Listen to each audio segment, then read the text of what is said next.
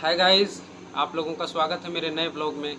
जैसा कि आप लोगों ने थंबनेल में ही देख लिया होगा कि हम लोगों के साथ में क्या हुआ था और वो क्या कहानी थी। मुझे लगा कि आज आप लोगों से वो सारी चीज़ें शेयर करनी चाहिए। एक्चुअली हुआ क्या था कि हम लोगों ने एक प्लान बनाया कि 5 तारीख को हम लोग निकलेंगे कहीं पर टूर पर। तो सावन भी था और लगभग लगभग साल भर से हम लोग, एक तो कोविड था, आप समझ ही रहे हैं कि कोविड की वजह से हम लोग यहाँ से कहीं जा नहीं पा रहे थे। लेकिन इस बार हम लोगों ने प्लान किया कि जाना है तो जाना है। तो फाइनली हम लोगों ने क्लियर किया कि अब चलना है और बनारस ही चलते हैं, क्योंकि वहाँ पर काशी विश्वनाथ बाबा भी हैं, उनका दर्शन भी होगा, जल भी चढ़ाएंगे और हम लोगों की वहाँ पर थोड़ी सी घूमने फिरने की जो इच्छा थी वो भी पूरी हो जाएगी। कुछ नए नए जगह को हम लोगों ने सोचा एक्सप्लोर भी करेंगे। काफ़ी सारे प्लान थे हम लोगों को वहाँ पर जाने के लिए, क्या क्या करना है। कई सब्जेक्ट पे हम लोगों ने छोटे छोटे रील बनाने की कोशिश की थी, लेकिन नहीं हो पाया फ्रेंड्स। और हम लोगों ने जो सोचा था कि आप लोगों के साथ में वो वीडियो क्लिप शेयर करेंगे, वो वीडियो बनाकर शेयर करेंगे, वहाँ की पिक्चरें और वहाँ के छोटे छोटे रील, वो सब नहीं हो पाया। तो सॉरी दोस्तों।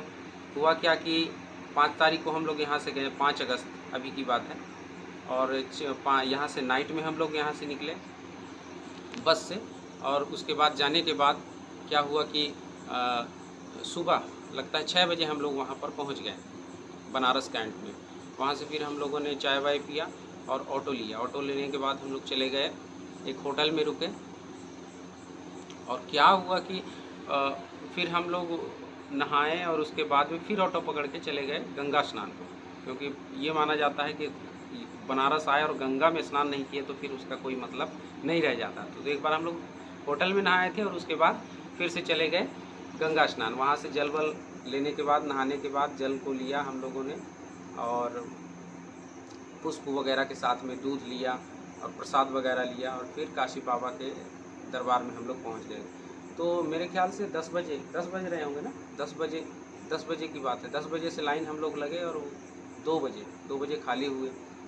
अब भाई साहब, आप लोगों को बताऊं कि हम लोग इतना थक गए कि आप यकीन नहीं करेंगे क्या हम लोगों की हालत रही होगी। इतनी लंबी लाइन थी। लेकिन हाँ, या वहाँ की व्यवस्था अच्छी है, जो कॉरिडोर उन्होंने बनवाया है प्रधानमंत्री ने, अच्छा है वो। बिल्कुल, मतलब आपको ये समझ लीजिए कि अगर वो किसी आउटडोर पे होता तो जो 2 घंटे में आपकी हालत होनी थी, वहाँ हम लोगों की 6 घंटे में हालत हुई है। तो अच्छा है, वहाँ फ़ैन वैन सब कुछ है और शेड वहाँ पर बने हुए हैं और उन्हीं के नीचे से आप जाते हैं। तो फिर हम लोगों ने वहाँ से जल उल अर्पित किया प्रभु शंकर भगवान को, काशी बाबा को। और फिर वहाँ से हम लोग निकले और हालत भूख से इतनी ख़राब थी हम लोगों की, इतनी ख़राब थी कि अब क्या बताऊँ। बगल में ही अन्नपूर्णा का मंदिर है माता का, और वहीं पर वहाँ भंडारा चलता है। उसके बाद हम लोग अन्नपूर्णा माता के उस भंडारे में गए और वहाँ पर बहुत अच्छा प्रसाद था, गजब, बहुत स्वादिष्ट था। लेकिन इतना कुछ करने के बाद, खाना खाने के बाद क्या हुआ कि इतने थक गए थे हम लोग कि सीधे ऑटो लिए, कहीं एक्सप्लोर करने का मन नहीं पड़ा। ऑटो लिए सीधे होटल में आए और सोचे कि 1-2 घंटे आराम करेंगे और 7 बजे की शाम की आरती वहाँ पर जो होती है तो उस पे शामिल होंगे। हुआ क्या कि जब जैसे ही हम लोग वहाँ पर बेड पर गए, 15 मिनट में ऐसी नींद लगी कि रात 11:30 बजे करीब नींद खुली। तो फाइनली है मैं उठा। उसके बाद में मेरे साथ में मेरा बेटा भी था, मेरे भाई भी थे रामायण, और एक भतीजा भी था। तो बेटे ने कहा कि डैडी खाना खिला दीजिए, और उस समय वक्त हो रहा था 11:30 बजे। तो मैंने कहा कि यार इस समय पता नहीं खाना वाना मिलेगा कि नहीं मिलेगा, कोई रेस्टोरेंट खुला होगा कि नहीं खुला होगा, लेकिन फिर भी ट्राई करते हैं, क्या बुराई है, बच्चा है, इसको खाना खिला देते हैं। तो निकलते निकलते हुए हम लोगों को लगभग 12 बज गए रात। और फिर वहाँ से क्या हुआ कि अगल बगल में जितने रेस्टोरेंट थे सब बंद थे। कुछ लोगों ने बताया आप आगे चले जाओ, वहाँ चले जाओ।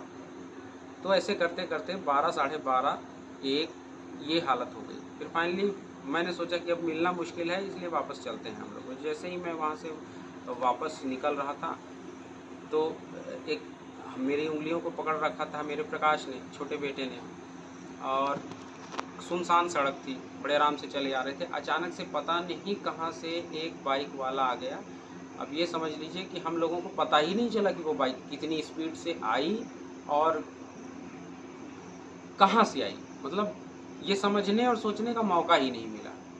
उसकी स्पीड शायद रही हो 80 70 100 जो भी रही हो, लेकिन हम लोगों को दिखा नहीं, वो आई, बाइक आई और ठोकर मार दी हम लोगों को, और 10-12 फीट दूर हम लोग फेंका गए, और पूरा हाथ पैर सभी जगह में चोटें आई। बच्चा मेरा आगे फेंका गया था।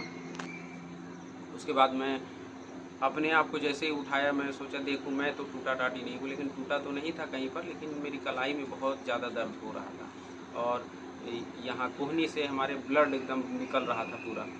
बच्चा मेरा आगे पड़ा हुआ था, मेरे भाई ने उसको उठाया, उसका भी हाथ बहुत दर्द कर रहा था, रो रहा था। और मैंने सोचा कि वहाँ पर काफ़ी कुछ लोगों की आसपास की भीड़ भी इकट्ठी हो गई, तो मैंने सोचा कि अगर ये सब करने लगूँगा, रिपोर्ट करूँगा या केस करने की कोशिश करूँगा, इसमें टाइम ज़्यादा होगा, पता नहीं किसको कितना लगा है।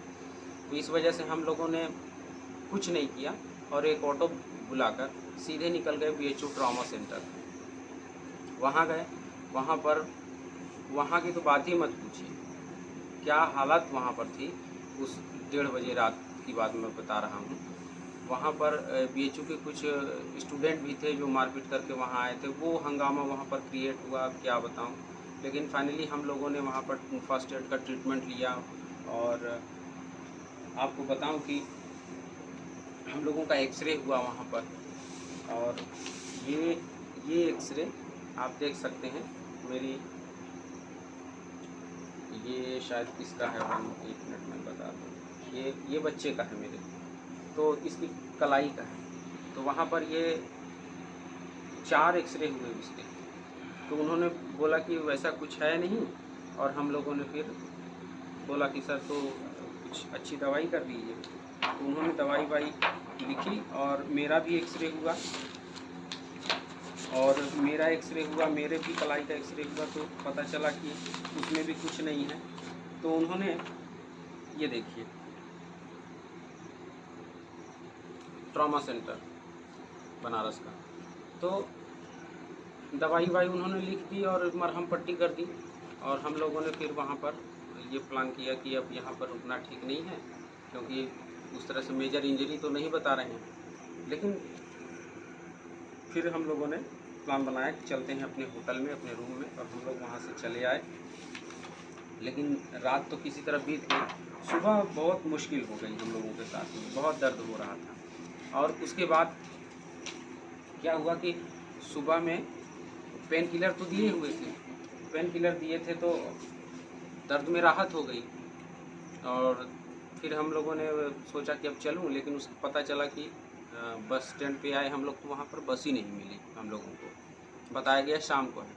तो बच्चे ने कहा कि डैडी दर्द तो नहीं हो रहा, क्योंकि दवा ववा खाए हैं, तो क्यों ना कहीं घूम लेते हैं। तो फिर हम लोग थोड़ा सा अगले कोई जगह पर चलते हैं जहाँ पर मतलब कुछ घूमा फिरा जाए। तो मैंने भी सोचा कि चलो अगर लड़का इतना बोल रहा है तो चलते हैं, घुमाते हैं। तो सारनाथ फिर हम लोग वहाँ से गए, और उसके बाद में संकट मोचन मंदिर गए। वहाँ से आने के बाद दोस्तों इतना ज़्यादा दर्द होने लगा, बच्चा भी मतलब तड़प रहा था ऐसा। मेरा भी हाथ नहीं उठ रहा था। मैं सोच रहा था कि हड्डी नहीं टूटी है, कुछ नहीं हुआ है, तो आखिर हुआ तो हुआ क्या है, क्यों इतना दर्द हो रहा है। उसके हाथ में भी बल नहीं आ रहा, बल नहीं पड़ रहा था, पूरा ताकत ही नहीं पड़ रही थी उसके हाथ में। फिर हम लोग यहाँ से प्लान बनाए कि रीवा चलते हैं शांति नर्सिंग होम, और वहाँ पर गए। तो वहाँ पर हम लोगों का एक्सरे हुआ, तो बच्चे के एक्सरे में फाइनली ये पता चला कि उसकी हाथ की हड्डियाँ तो नहीं, एक हड्डी जो उसकी है, और ये किसका है, ये उसी का है। एक हड्डी यहाँ पर इस जगह पे हल्की सी बीच में फट गई है। तो यहाँ पर आकर ये पता चला, फिर उसके हाथ में प्लास्टर लगाने के लिए बोले, और मेरे हाथ में बता रहे थे कि जो आपका ये अंगूठे के पास का जो मसल्स है, स्ट्रॉन्ग मसल होता है, वो मतलब बहुत हार्ड उस पर लग गया है, जो इस वजह से नहीं ठीक हो पा रहा है। तो फाइनली उन लोगों ने हम लोगों का ट्रीटमेंट किया और कुछ मेडिसिन्स दी। और प्रकाश को देखिए आप, मैं दिखाता हूँ, आओ प्रकाश, देखिए इसके हाथ में ये प्लास्टर लगा, और अभी तो खैर राहत है, प्लास्टर लगा। तो हालांकि डॉक्टर ने कहा है कि 1 महीने 1.5 महीने प्लास्टर को रखना पड़ेगा। और उन्होंने ये मेरे भी एक बैंडेज टाइप का बांध दिया है, जिससे क्या है कि यहाँ का मूवमेंट जो है वो नहीं होता है, जिसकी वजह से ये स्थिर रहेगा और बाद में ठीक हो जाएगा, ऐसा उन्होंने बताया। तो आप लोगों को बताऊं दोस्तों कि हम लोग जब वहाँ पर गए, किस वजह से गए थे? दर्शन करने और घूमने के लिए गए थे। लेकिन हुआ क्या, हम लोगों के साथ एक्सीडेंट हो गया। और काशी विश्वनाथ बाबा का ही आशीर्वाद रहा, संकट मोचन बजरंगबली जी का आशीर्वाद रहा, उनकी छाया रही कि हम लोगों को कुछ नहीं हुआ। मतलब जिस तरह का एक्सीडेंट हम लोगों के साथ में हुआ था, उस तरह ऐसा कुछ नहीं हुआ था। और मैं तो इतना घबरा गया था कि इसकी मम्मी बोल रही थी कि इसको ले जाओ। मैं प्लानिंग में नहीं था मेरे कि मैं बच्चे को लेकर जाऊं कहीं भी, क्योंकि मैं प्यार बहुत करता हूं इससे, बच्चों से बहुत प्यार करता हूं। तो ये था कि एक सफ़र पे दोनों लोग ना जाएं, आप समझ रहे होंगे मेरे कहने का मतलब। लेकिन श्रीमती जी का आदेश था और ये लगा कि नाराज़ हो जाएंगी, फिर उसके बाद इनको लेकर मैं गया। और वहाँ जब ऐसा हुआ तो वही सोचकर मुझे रोना आ रहा था कि आज क्या हो गया होता। मेरा अब कुछ बोलते नहीं बन रहा, क्या हो गया होता। भगवान ने हम लोगों को बचा लिया। देखिए, बनारस कई वजह से लोग जाते हैं और उन कई वजहों में 2 वजह प्रमुख होती है।